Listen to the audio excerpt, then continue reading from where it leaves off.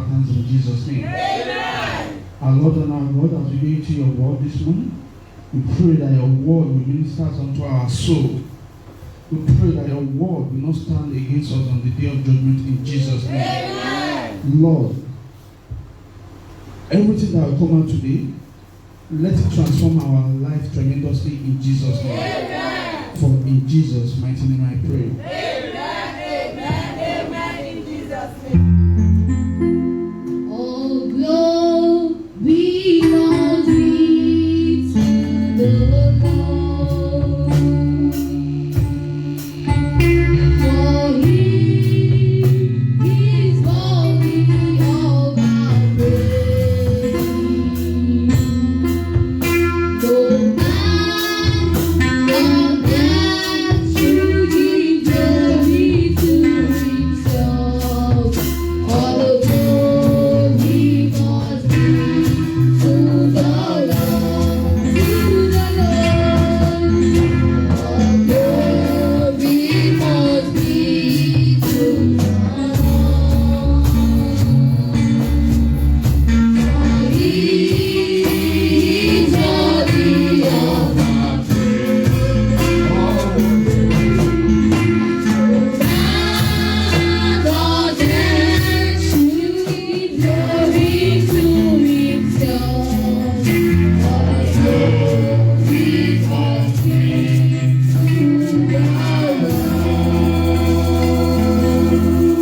Praise the Lord.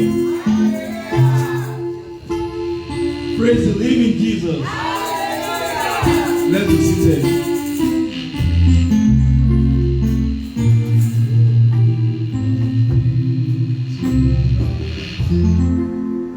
I welcome you all into today's service, and I pray that we'll witness more of this in Jesus' name. Amen. And I want to use this medium to say thank you to our Father in the Lord for giving me the opportunities to stand here this morning. I pray that God will strengthen me more. I think I like the sound of this microphone. Praise God. Hallelujah. It's very clear. Praise God. Hallelujah. What do we have for us today? I titled our sermon for today, Dealing with Temptations. Dealing with temptations. Praise the Lord. Hallelujah. Do we get that? How do you deal with temptations? At first, what is temptation? Temptation is the desire to do something, especially something wrong or unwise. When you have the desire to do something wrong or something that is unwise, it's temptations. So temptation is the desire to do something, especially something wrong or something unwise. Praise the Lord. Hallelujah. Temptation is seen as a testing design to strengthen or to corrupt someone. Anybody can be tempted. You may be upright. You may be a righteous person. That doesn't mean you cannot be tempted. When you are being tempted, it's testing you to strengthen or to corrupt you. It depends on the way you react to it. Praise the Lord. Hallelujah. Temptation is part of growth in the spiritual life of a believer. As you are being tempted, you are learning one or two things from it. So it's part of growth in the spiritual life of a believer. Praise God. Hallelujah. Now the question is temptation a sin?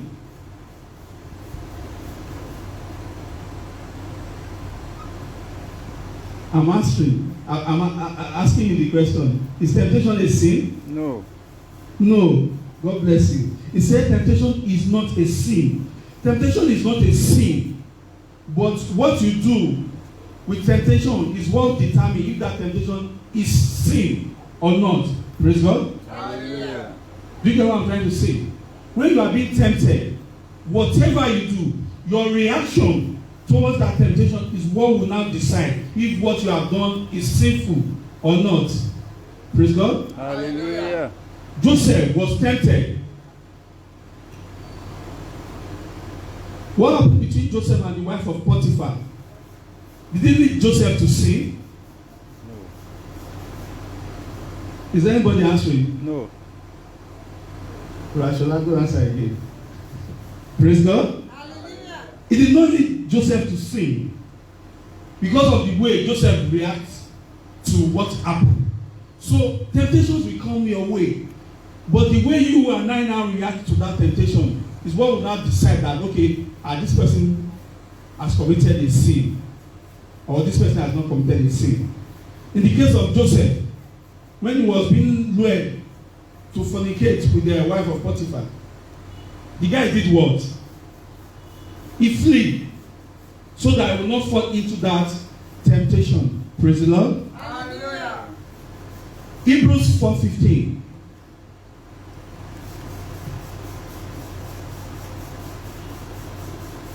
For we have not an high priest which cannot be touched with the feeling of our infirmities, but was in all points tempted, like as we are, yet without sin. What is that verse telling us? Who was he referring to? He was referring to Jesus. If you read it from the beginning, Jesus was tempted in so many ways, just the way you and I are being tempted on a daily basis, but yet he did not sin. Praise God. Hallelujah. Jesus was tempted in all ways as we are, yet without sin. We have some examples of men who were tempted by devil. The number one is Job. That can be seen in the book of Job 1, 6 to 12. I'll just read part of it. Job 1, verse 6 to 12. And the Lord said unto Satan, Hast thou considered my servant Job? Now there was a day when the sons of God came to present themselves before the Lord, and Satan came also among them. And the Lord said unto Satan, Whence comest thou? Then Satan answered the Lord and said, From going to and fro in the earth, and from walking up and down in it. And the Lord said, Listen, the children of God are gathered. Then Satan was there too. And God now asked him that what was he doing there? Let's continue. And the Lord said unto Satan, Hast thou considered my servant Job, that there is none like him in earth, a perfect and an upright man? How did that Bible describe Job? He said was a perfect and an upright man, one that feared God and eschewed evil. Then Satan answered the Lord and said, Doeth Job fear God for naught? Hast thou not made an edge about him, and about his house, and about all that he hath on every side? Thou hast blessed the work of his hands, and his substance is increased in the land. But put forth thy hand now, and touch all that he hath, and he will cause thee to be faith. And the Lord said unto Satan, Behold, all that he hath is in thy power, only upon himself, but not forth thy hand. So Satan went forth from the presence of the Lord. Praise God. Do you understand what happened in that verse? So Satan came, just the way he always comes to you and I on a daily basis. He wanted to test Job. He was telling God that it's because you have entrained him with your blessing, his household. You've blessed him. You've done this, you've done that. That let me touch him. God said you can go ahead and touch, but don't touch his life. Praise the Lord. Hallelujah. Even as he was an upright and a perfect man, he has the fear of God. Not to talk of those people that don't have the fear of God, that they are not upright.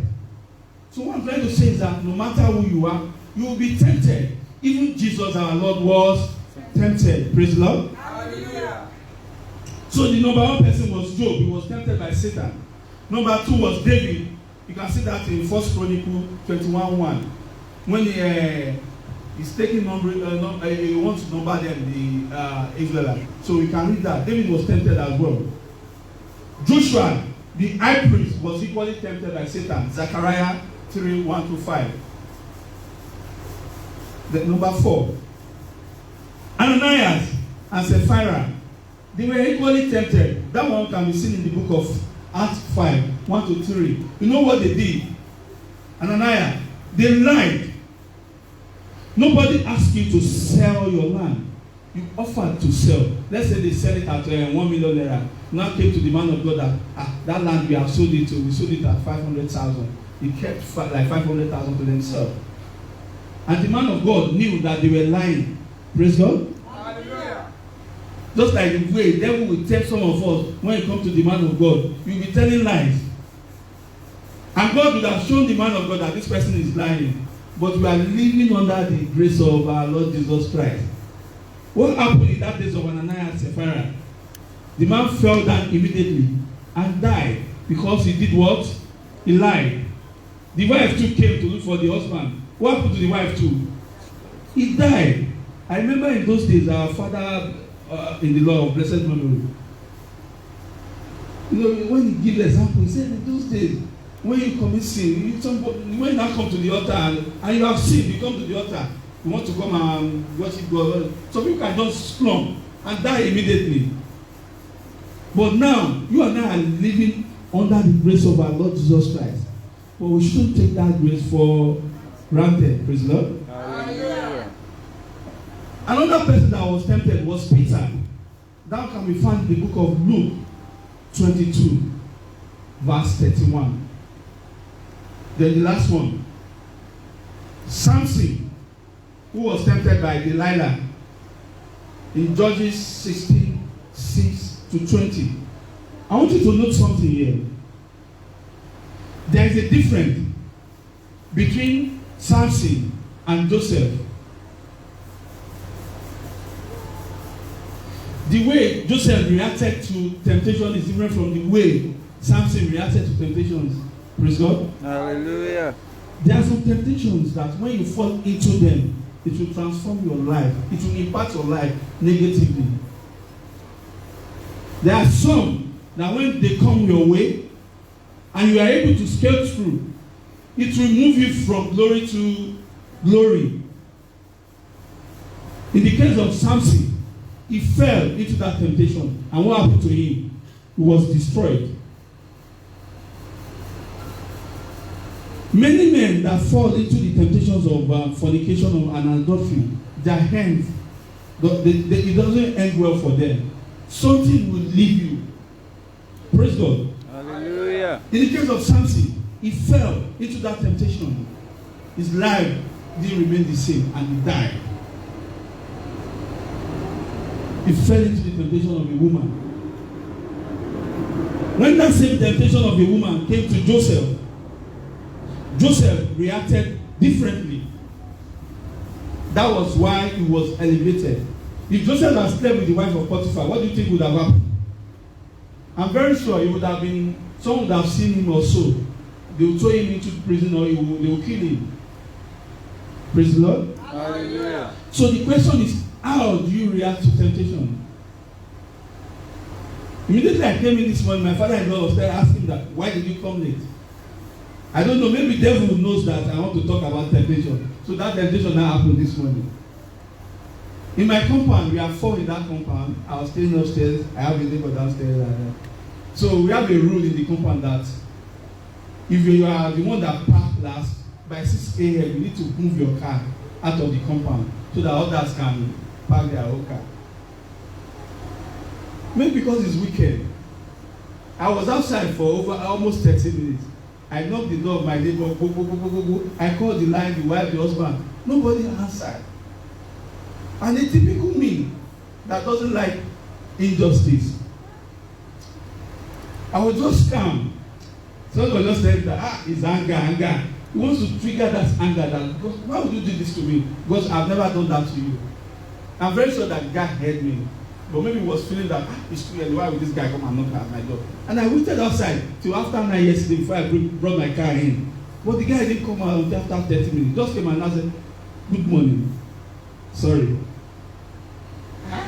The lady said good morning, sorry. And I said, good morning, Mr. Paul. Then I now drove out. But did I commit any sin? But if I have, maybe I altered a word, devil has his own plan. The guy too now reacted. They will start exchanging words. And I'll come here, what will I say? Praise the Lord. Hallelujah. I won't even feel good because I'll be feeling bad now. What happened this morning? I don't like it, blah, blah, blah. So the way you and I handle temptations determines the outcome, that determines if it's a sin or not. Handling temptations. So how do you handle this temptation? Even it happens when you are selling.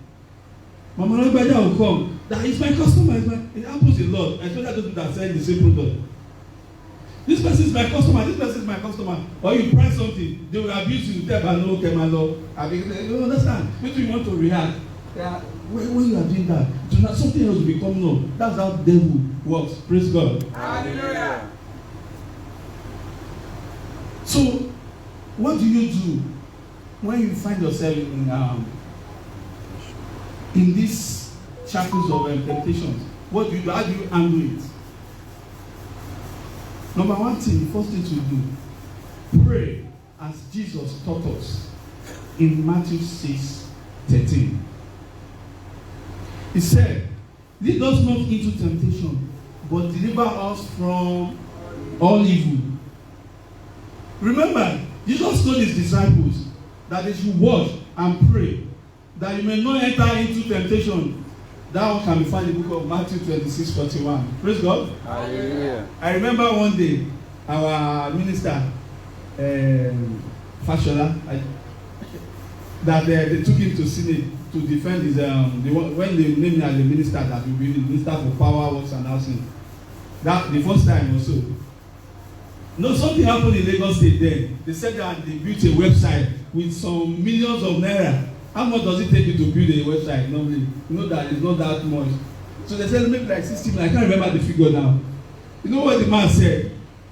He said, may you not be tempted. I don't know if that thing is on YouTube. The man told them that may you not be tempted. Everybody laughed. You know, when you are in politics, a lot of things will happen. Temptations will come your way. So it now depends on how you handle it. I still remember that statement, that may you not be tempted. So, for the fact that you are a man of God, for the fact that you are a chorister, for the fact that you are a member of a church, for the fact that you are a believer, doesn't mean you will not be tempted. Praise God. Hallelujah. You can be tempted by your wife. You can be tempted by your husband. Early in the morning, you see some couple, they will be fighting. Maybe because of something small, something little that they can handle within themselves. But that devil will just use one of the couple to, trigger something. Some parents will be cursing their children. The temptation will come, we want to curse. Let's be guided. You need to guide your heart with all diligence. Because out of it flows the issues of life. The way you respond to things matters a lot. So, pray as Jesus taught us.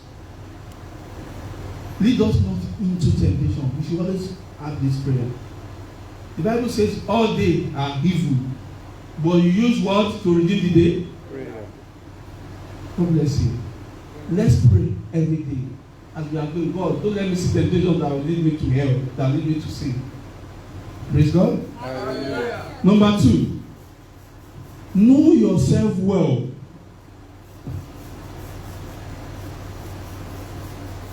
Know yourself well. What do I mean by this? Whatever your weakness is what the devil will be using against you often. Maybe my own weakness is anger. It used to be anger, but I've prayed about it, and since I've noticed that every little thing, maybe I'll be angry. I'm angry, but in that instant, I'll just say what is on my mind, and it ends there. But I don't like it because I don't feel good at the end of the day. So I always pray about it because I know that it's like a weakness. That's anger. I always pray against it, about it. Now, devil is trying so hard that I'll make you angry this morning. That's why what happened this morning happened. That's what just came to my mind. That this is the work of Satan. How will you keep somebody outside for 30 minutes? So you have to know yourself well, because when devil brings that thing, he knows that is your weakness, and you know yourself that I'm taking him power by man shake, but this is how I react. So you have to know yourself so that you know how to react. Praise the Lord. Hallelujah. Know yourself well. Ephesians 4:22. When you call yourself a believer, which means all things are what? Passed away. So that book of Ephesians 4 to say, to put off your old self, which belongs to your former manner of life, and is corrupt through deceitful desires. When you call yourself a believer, all those old things, all those old behavior. Our former leader, I can't remember his title now. Let me just use Pastor Bikoya. He's not our apostle. He's the elder brother. Then when we were little, when we were in primary school, always say something. I remember. He said, "Action, Olode." Pastor Tuji, remember? That's what he always say. Say, "Hunter's clothes." Hunter's clothes always smell. It smells of death. It smells of blood, because we have used it to hunt. You've gone into the bushes to look for what you can hunt. So say you should remove that garment of hunter. You just use that literally. What is saying that your former behavior, all those things that you have that is making you to come short of the glory of God, you remove them and put them behind you. Praise the Lord. Hallelujah. So you have to know yourself. You can further read in Romans 7:21 to 23 because of our time. Then lastly, take preventive action. Take preventive action. When you know that certain things can lead you into temptation, you need to take preventive action and avoid those things. Praise God. Hallelujah. How do you take preventive action? The Bible that told you that you should flee from all appearance of evil. You think he's joking? You cannot say you are a man. Maybe you are a man of God, and a woman is tempting you with nakedness. What will you do at that point? That is what happened to Joseph. He took what? Preventive action. He flee. He took to his heel. Praise God. Hallelujah. You and I need to take preventive action to curb all the excesses of devil. I said earlier that whatever your weakness is what devil will use against you. Now, you know yourself that this is my weakness. The weakness is anger. I'm using that as an example. Now, how do you not take a preventive action against anger? When it arises, you just know that, okay, now the devil is at work. Just keep calm. Don't utter a word. You keep calm. So that, because when you talk, the more you talk, the anger will be coming. It will become, just keep calm and be praying within yourself. God, help me. God, help me. By doing these three things, there are some other things, but these three things I'm able to pick out will help you to overcome temptations. Number one is what? Pray. Prayer. Number two. Know yourself. Number three. Take preventive measures. Thank you. One thing I've noticed in the church of God is that you can pray from now till evening. Some people will pick one thing or the other. Some will not pick anything at all. But at every point in time, just make it short, so that people will remember what has been taught. So that when you get back home in the evening and someone asks you that, you can be able to say one or two things that will impact your life. I pray that as you do all these things, the Lord Jesus will uphold you to the end in the name of Jesus. Amen. So remember Joseph, who fled from Potiphar's wife when she tried to seduce him. Joseph flee. That is 1 Thessalonians 5:22. Abstain from all appearance of evil. Anything that appears to be evil, you have to abstain from it. So this is one of the ways you can take a preventive maintenance. So in conclusion, I want to use that the verse The second lesson reading to end everything. James 1:12. It says, "Blessed is the man that endureth temptation, for when he is tried, he shall receive the crown of life which the Lord hath promised to them that love him." Underline the word endureth. He said, "Blessed is you, blessed is me, blessed is every one of us that endureth temptation." When that temptation comes, you endure. You didn't fall into that temptation. You didn't fail in that temptation, so that you can inherit the kingdom of God. Blessed is the man that endureth temptation, for which he is tried. He shall receive the crown of life, which the Lord has promised to them that love him. This will be our portion in Jesus' name. Amen. God will give us the grace to endure to the end. Amen. When that temptation comes, He will give us the grace to be able to say no to temptations. Amen. Now to the Father, Amen. to the Son, Amen. and to the Holy Ghost, now and forever.